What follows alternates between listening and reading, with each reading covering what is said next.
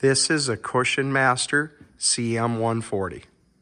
We're going to do a quick startup demonstration.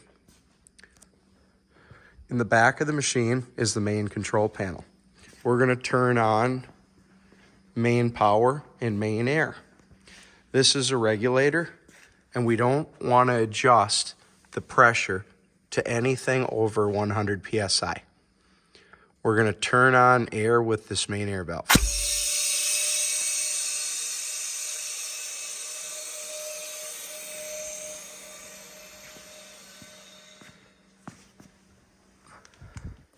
This here is a series of selector switches.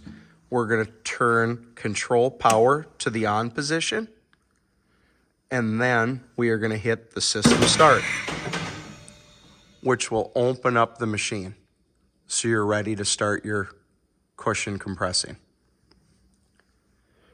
Right here is a selector switch for the pusher manual position or auto. Manual will allow you to jog it out incrementally. Auto will push out the fill continuously and quickly. Below this is an OSHA stand. If you're doing product with one operator, use it in the one position. If you're doing it with two, you must use it in the two position.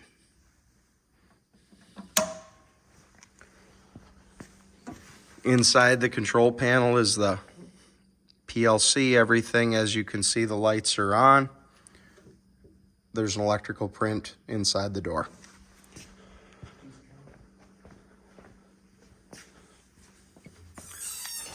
Right here are your main, this is the main air valve. Here are the operating valves. There's only 3 operating valves on the machine. There's 2 riser cylinders. This is a read sensor.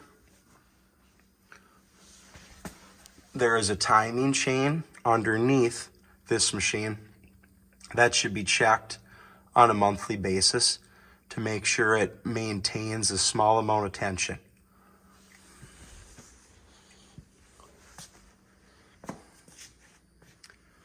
These gear racks have 2 fittings on the outside of each gear rack.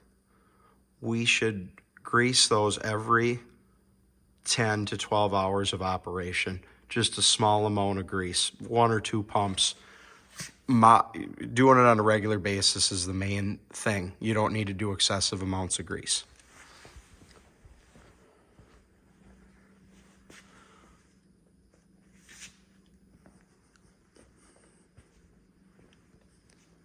The main width adjustment on the machine is done with proc switches.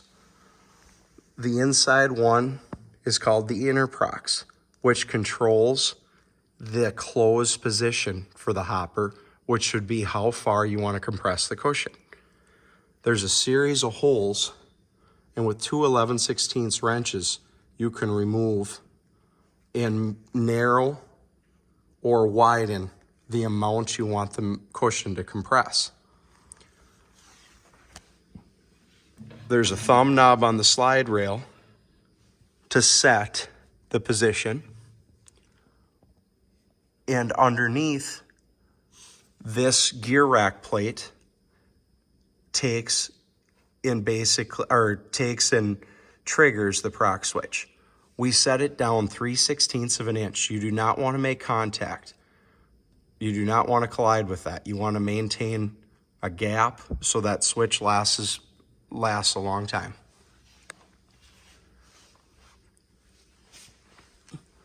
We're going to take and also show how to adjust the hopper position up and down. We provide an 1.25" wrench to loosen these 2 draw rods that allow us, with the hand cranks, to raise and lower the machine. 2 upper hoppers to help with compression of the cushion. We're going to set the machine down. Right now, the machine is set to one operator. So now the machine is down. We should always turn off main power whenever we're making adjustments of these upper draw bolts.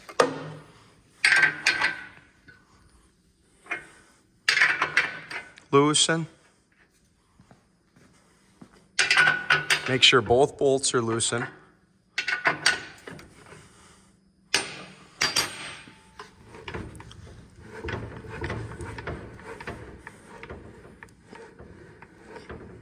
And then move to your desired position.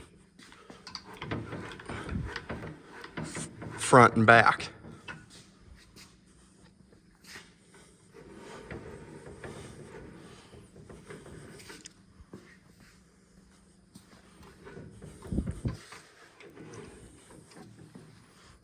Okay, we adjusted that position. We're going to lock it back down.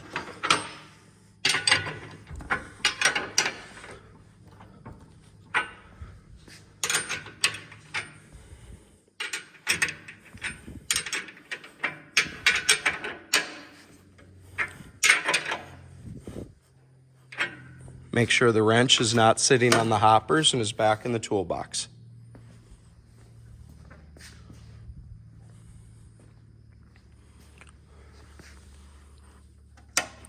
We're going to turn main power back on.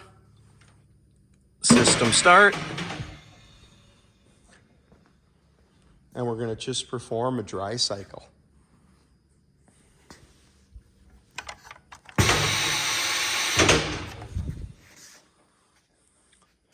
Down here on station 1 is a pusher, foot pedal, and a hopper jog open. Above it is the 2 palm controls. We're going to hit the pusher. It's in manual mode now. Once the pusher returns, the hoppers will open up and you're ready for your next cushion. To compress again, you hit the 2 palm control hands and hold them down till the hoppers close.